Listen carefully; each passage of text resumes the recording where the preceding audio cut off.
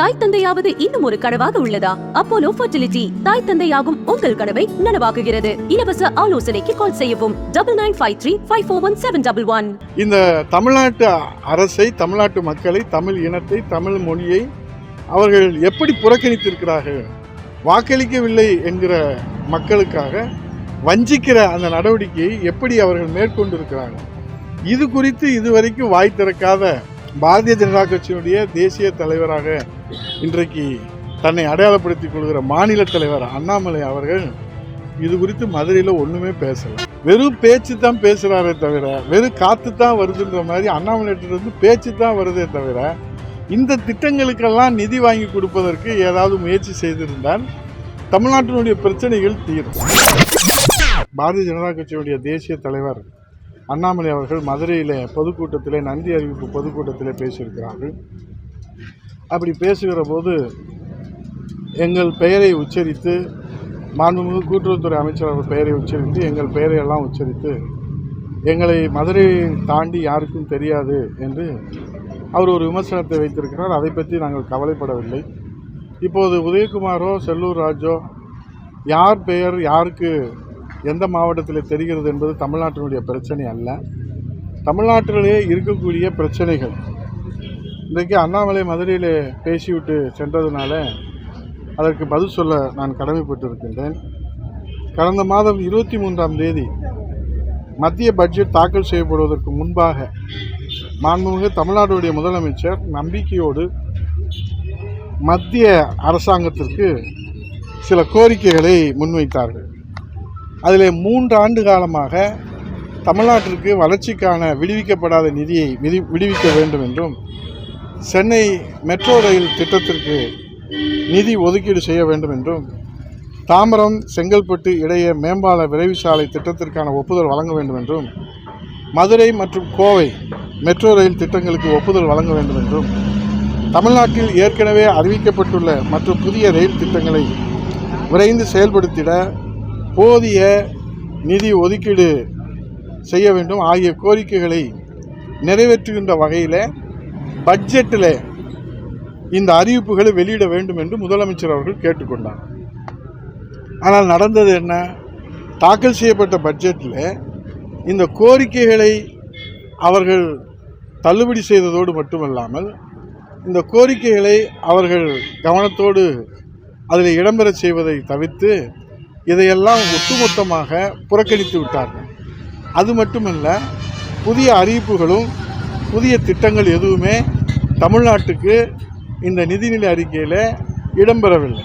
இது தமிழ்நாட்டு மக்களுக்கு தெரிந்த ஒன்றுதான். இதற்கு எதிர்ப்பு தெரிவிக்கின்ற வகையிலே தான் மாண்புமிகு முதலமைச்சர் அவர்கள் டெல்லியில் நடைபெற்ற நிதி ஆயோக் கூட்டத்தில் கலந்து கொள்ளவில்லை.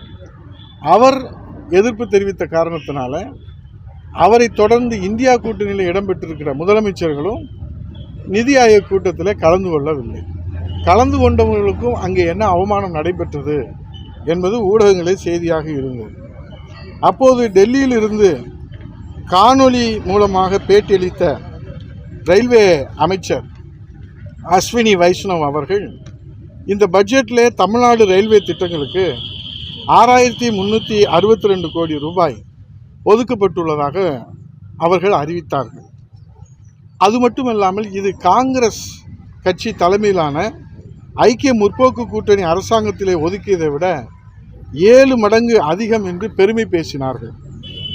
மேலும் எதிர்க்கட்சி ஆளுகிற மற்ற மாநிலங்களுக்கு நாங்கள் எவ்வளவு நிதி ஒதுக்கி இருக்கிறோம் என்று மார்தட்டி சொன்னார்கள். ஆனால் உண்மை நிலை என்ன? பாரதிய ஜனதா ஆளும் மாநிலங்களுக்கு எவ்வளவு நிதி ஒதுக்கீடு இருக்கிறது என்பதற்கு எல்லா மாநிலங்களையும் சொல்லவில்லை, ஒரு சில மாநிலங்களை மட்டும் நான் சொல்லுகிறேன். உத்தரப்பிரதேசத்திற்கு 19,848 கோடி இந்த நிதிநிலை அறிக்கையில் ரயில்வே திட்டங்களுக்கு, மத்திய பிரதேசத்துக்கு 14,738 கோடி, ஒடிசாவுக்கு 10,586 கோடி. இப்போ தான் 25 வருஷம் கழித்து ஆட்சிக்கு வந்திருக்காங்க, அங்கே 10,856 கோடி. அதே போல் குஜராத்திற்கு 8,743 கோடி ஒதுக்கீடு செய்ததோடு மட்டுமல்லாமல், இது பாரதிய ஜனதா ஆளுகிற கட்சி, பாரதிய ஜனதா கூட்டணியோடு ஆளுகிற அந்த மாநிலங்களுக்கு எவ்வளவு நிதி ஒதுக்கீடு இருக்கிறார்கள் என்று பார்த்தால், மராட்டியத்திற்கு 15,940 கோடி. பீகாருக்கு இப்போ அவங்களுடைய கூட்டணியில் அங்கம் வகிக்கிறாங்க இல்லையா, 10,033 கோடி. ஆந்திராவுக்கு 9,151 கோடி. இப்படி தாராளமாக நிதி ஒதுக்கிறவர்கள் இப்போ இந்த மாநிலங்கள்லாம் ஒப்பிடுகிற போது ரயில்வேக்கு அதிக வருமானத்தை தரக்கூடிய மாநிலம் எது அப்படின்னு நம்ம ஒப்பிட்டு பார்த்தோம்னா தமிழ்நாடு தான் அதிகமான வருமானத்தை ரயில்வே துறைக்கு பெற்றுக் கொடுக்குது. அதிகமாக வருமானத்தை பெற்றுக் கொடுக்குற தமிழகத்திற்கு 6,000 கோடி என்று அறிவித்தாலும் அதையெல்லாம் இப்போ 1000 ரூபாய் என்கிற அளவில் அவர்கள் அறிவிப்பினுடைய அடையாளமாக ஒதுக்கியிருக்கிறார்கள். அறிவித்த திட்டங்களையும் ரத்து செய்திருக்கிறார்கள். இதுதான் உண்மையான நிலை. இப்போது பெங்களூரில் 2 தினங்களுக்கு முன்பாக, சரியாக 2 தினங்கள் முன்பாக என்று நினைக்கிறேன், 3வது மெட்ரோ ரயில் திட்டத்திற்கு மத்திய அரசு ஒப்புதல் வழங்கியிருக்கிறது. ஆனால் மதுரை கோவைக்கு ப்ரொபோசல் அனுப்பிச்சு பல காலமாக அது பீசிபிலிட்டிலாம் ஓகே பண்ணி அது நிலுவையிலே இருக்கிறது. இப்போ மதுரை திருமங்கலம் ஒத்தக்கடை இடையேயான 31 கிலோமீட்டருக்கான மெட்ரோ ரயில் திட்டங்கள் திருமங்கலம், கப்பலூர், உச்சப்பட்டி, தோப்பூர், திருநகர், திருப்பரங்குன்றம், பசுமலை, வசந்த நகர், பெரியார் பஸ் நிலையம், சிம்மக்கல், கோரிப்பாளையம், அப்படியே நம்ம வரிசையாக கோர்ட்டு, அப்புறம் மாட்டுத்தாவணி, அப்புறம் ஹைகோர்ட்டு, அப்படியே ஒத்தக்கடை. இந்த 31 கிலோமீட்டருக்கு பீசிபிலிட்டியோடு இருக்க தயாராக இருக்குது. அதுக்கு நிதி ஒதுக்கீடு செய்யலாம். இப்போ மதுரையில் பேசியிருக்கிற அண்ணாமலை வெறும் பேச்சு தான் பேசுகிறாரே தவிர, வெறும் காற்று தான் வருதுன்ற மாதிரி அண்ணாமலையிட்டிருந்து பேச்சு தான் வருதே தவிர, இந்த திட்டங்களுக்கெல்லாம் நிதி வாங்கி கொடுப்பதற்கு ஏதாவது முயற்சி செய்திருந்தால் தமிழ்நாட்டினுடைய பிரச்சனைகள் தீரும். நிதி நிலையிலே இன்றைக்கு மிகப்பெரிய பற்றாக்குறையில் இருக்கிற இந்த சூழ்நிலையில் அவர் திராவிடத்திற்கு முடிவு கட்டுவதற்கு நாங்கள் பிள்ளையார் சொல்லி போட்டிருக்கிறோம் என்று அவர் வீரவசனம் பேசுவதனால இந்த மக்களுக்கு எந்த நன்மையும் கிடைக்கப் போவதில்லை. இப்போது நான் வாசித்திருப்பது என்பது ஒரு பானை சோற்றுக்கு ஒரு சோறு பதம் என்பதை போல இது ஒரு சாம்பிள் தான் நான் சொல்லியிருக்கேன், ட்ரையல் தான் சொல்லியிருக்கேன்.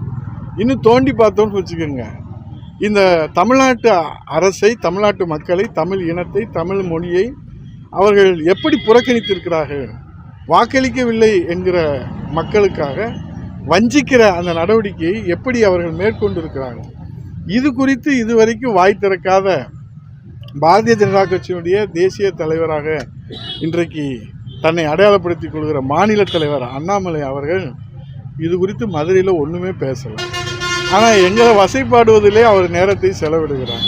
இப்போ உதயகுமார் 10 ஆண்டுகள் வருவாய்த்துறை அமைச்சராக இருக்கிறது, அவர் தமிழ்நாட்டு மக்களுக்கு தெரிகிறதா தெரியலையா, அதுவெல்லாம் தமிழ்நாட்டின் பிரச்சனை.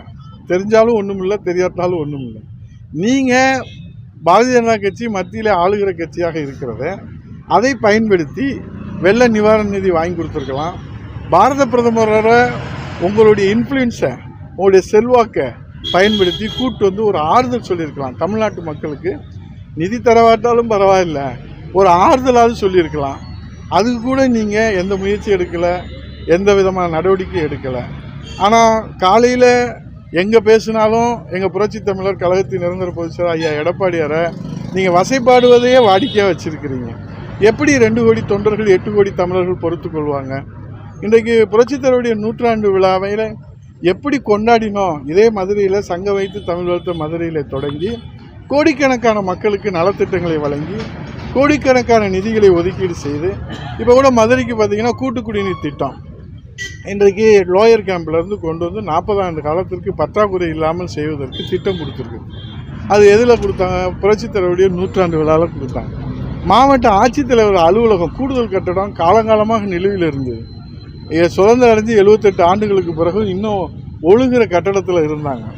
அப்போ வருவாய்த்துறையின் சார்பில் ஆய்வு அறிக்கை தயாரிக்கும் போது மாண்பு முதலமைச்சர் அவர்கள் அதுக்கு ஒரு கட்டடம், புதிய கட்டடம் கொடுத்தாங்க. இப்போ இதெல்லாம் பற்றி பேசாமல் அண்ணாமலை அவர்கள் மதுரையில் வந்து அண்ணா திராவிட முன்னேற்ற கழகத்தை வசைப்பாடுவதே தன்னுடைய வாழ்க்கையினுடைய லட்சியமாக கொண்டிருந்தார். இதனால் தமிழ்நாட்டு மக்களுக்கு கிடைக்க போகிற நன்மைகள் என்ன? அண்ணா திராவிட முன்னேற்ற கழகத்தினுடைய பொதுச் செயலாளரை நீங்கள் தொடர்ந்து விமர்சனம் செய்வதனால தமிழ்நாட்டு மக்களுக்கு கிடைக்க போகிற நன்மைகள் என்ன? ஆகவே தகுதியுள்ள எதிரிகளை நாங்கள் நிர்ணயித்து நாணய விழாவுக்கு போயிருக்கிறோம்னு சொன்னோம். இப்போ நாணயம் வெளியிடுகிற விழாவை நாங்கள் விமர்சனம் செய்வதாக தவறாக சொல்லுகிறார்கள். நாங்கள் விமர்சனம் சொல்லவில்லை. அவர்களிடத்தில் கவனத்துக்கு சொல்லுவது பொறுப்பு எதிர்க்கட்சி தலைவர்களாக எங்கள் பொதுச் செயலாளர் எடப்பாடியார் அவர்களுக்கு இந்த மக்கள் அதிகாரம் கொடுத்திருக்கிறாங்க, அங்கீகரித்திருக்கிறாங்க. அதன் அடிப்படையிலே சொல்லுகிறார், பாதுகாப்புத்துறை அமைச்சர் அவர்களை அழைத்து வந்து நீங்கள் நாணயம் வெளியிடுகிறீர்களே, பிரதமரை சந்திப்பதற்கு மறுத்துத்தானே நீங்கள் நிதி ஆயோக் கூட்டத்தில் தமிழ்நாடு புறக்கணிக்கப்பட்டிருக்கிறது, அதனால் நிதி ஆயோக் கூட்டத்தில் கலந்து கொள்ள மாட்டேன் என்று சொல்லிதான் உங்களை தொடர்ந்து இந்தியா கூட்டணியில் இருக்கிற முதலமைச்சர்களும் கலந்து கொள்ளாமல் இருந்தார்கள். அப்படிப்பட்ட நீங்கள் பாதுகாப்புத்துறை அமைச்சர் உங்கள் தந்தையாருடைய நாணயத்தை வெளியிடுகிற போது நீங்கள் கொள்கை காம்ப்ரமைஸ் ஆகிவிட்டீர்களா என்று தமிழ்நாட்டு மக்கள் ஒரு சந்தேகம் எழுகிறது. இது தமிழ்நாட்டு மக்களுக்கே வெளிச்சம். ஆகவே அண்ணாமலை அவர்களே, இப்போது தமிழ்நாட்டு மக்கள் கவனித்து கொண்டே இருக்கிறார்கள். உங்கள் பேச்சு வெறும் பேச்சு, வெட்டி பேச்சு, வீணர்கள் பேச்சு என்பதை நீங்கள் தொடர்ந்து நிரூபித்து கொண்டே இருக்கிறீர்கள். இந்த வீண் பேச்சு, வெட்டி பேச்சு, வீணர்கள் பேச்சில் நீங்கள் நேரத்தையும் உங்கள் ஆற்றலையும் உங்கள் தொண்டர்களுடைய பொருளாதாரத்தையும் செலவிடுவதை காட்டிலும் மத்திய அரசிலே நேரடியாக நீங்கள் டெல்லிக்கு சென்று அங்கே எங்கள் தமிழ்நாடு மக்கள் புறக்கணிக்கப்பட்டிருக்கிறார்கள், இந்த திட்டங்கள் எல்லாம் இன்றைக்கு ரத்து செய்யப்பட்டிருக்கிறது, முதலமைச்சர் ஏற்கனவே கோரிக்கை வைத்திருக்கிறாரு, அதை நீங்கள் நிதிநிலை அறிக்கையிலும் இடம்பெற செய்யாதனால எங்கள் தமிழ்நாட்டு மக்கள் எங்களை புறக்கணிக்கிறார்கள், நீங்கள் புறக்கணித்த காரணத்தினால தமிழ்நாட்டு மக்கள் எங்களை புறக்கணிக்கிறார்கள், ஆகவே இந்த திட்டங்களுக்கெல்லாம் நிதி ஒதுக்கி தாருங்கள் என்று உங்கள் திறமையை பயன்படுத்தி, உங்கள் இன்ஃப்ளூயன்ஸை பயன்படுத்தி, உங்கள் செல்வாக்கை பயன்படுத்தி தமிழ்நாட்டுக்கு வெள்ள நிவாரண நிதி, மெட்ரோ ரயில் நிதி, Madurai metro rail, Kovai metro rail, ரத்து செய்யப்பட்ட ரயில்வே திட்டங்கள், மேம்பாலத்திற்கான நிதி, வளர்ச்சிக்கான நிதி, 3 ஆண்டுகள் நிலுவையில் இருக்கக்கூடிய நிதி, ஜிஎஸ்டி நிலுவை பாக்கி, இதையெல்லாம் பெற்றுக் கொடுத்தால் தமிழ்நாட்டு மக்கள் உங்களுடைய பேச்சுக்கு ஏதாவது அர்த்தம் இருக்கிறதா என்று நினைப்பார். இப்போது பேசுவது உங்களுக்கும் புரியவில்லை, எங்களுக்கும் புரியவில்லை, தமிழ்நாட்டு மக்களுக்கும் புரியவில்லை. ஓங்கி பேசினால் உண்மை என்று பஞ்சாயத்தில் பார்த்தீங்கன்னா ஓங்கி பேசினா மற்றவங்கெல்லாம் அதை உண்மைன்னு நினச்சிக்கிடுவாங்கன்னு ஒரு கிராமத்தில் ஒரு பழமொழி உண்டு. அது மாதிரி மூச்சு விடாமல் ஓங்கி பேசுகிற, சத்தமாக பேசுகிற அண்ணாமலை அவர்களே, உங்கள் பேச்சு வெறும் பேச்சு, வெட்டி பேச்சாக இருக்கிறதை தவிர, உங்கள் பேச்சு காகித பூவாகத்தான் காட்சியளிக்கிறதை தவிர அது மனம் பரப்புகிற மல்லிகை பூவாக மதுரையில் இல்லை. ஆகவே உங்கள் பேச்சினால் இந்த மதுரை மக்களுக்கு எந்த பிரயோஜனமும் இல்லை, வெறும் பொழுதுபோக்காகத்தான் அதை பார்த்து நகைச்சுவையாகத்தான் அதை கடந்து சென்றிருக்கிறார் என்பதை தெரிவித்துக் கொள்கிறேன்.